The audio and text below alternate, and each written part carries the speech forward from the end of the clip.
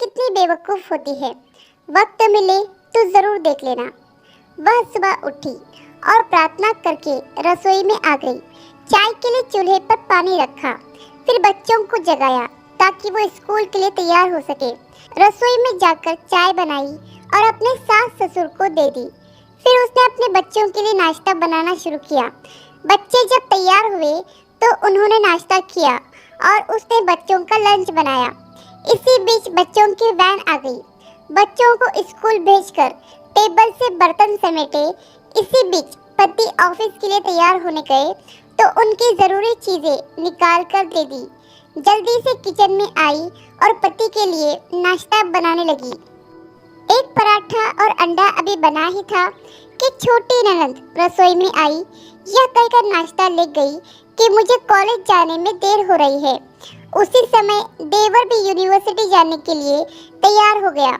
जल्दी से पति और देवर के लिए नाश्ता बनाया और मेज पर रख दिया। 9 बजे पति ऑफिस गया तो उसने आकर टेबल से बर्तन उठाकर सास और ससुर के लिए नाश्ता बनाया। जब तक सास ससुर ने नाश्ता किया तब तक वह रसोई साफ कर बर्तन धो चुकी थी। सास ससुर के लिए नाश्ते के बर्तन समेट रही थी कि तभी सफाई वाली माँ से आ गई तो उनके साथ मिलकर घर की साफ सफाई भी की। मासी को विदा किया तो 11 बज चुके थे। तभी घंटी बजी और उसकी विवाहित ननंद अपने 2 छोटे बच्चों के साथ आ गई। मेहमानों के लिए जल्दी जल्दी चाय और उसके साथ कुछ नाश्ता बनाया। उस समय 12 बज रहे थे। वह जल्दी से रसोई में खाना बनाने गई तो सास की आवाज़ आई, आज अपने ननंद के लिए कुछ अच्छा बनाना। उसने ननंद के लिए स्वादिष्ट खाना बनाया और जल्दी जल्दी रोटी बनाने लगी क्योंकि 1 बजे थे और उसके बच्चे आने वाले थे। बच्चे जब स्कूल से आए तो उन्होंने मुंह हाथ धोए, कपड़े बदले और उसने उन्हें खाना खिलाया। तभी कॉलेज से छोटी ननंद भी आ गई और देवर भी वापस आ गया।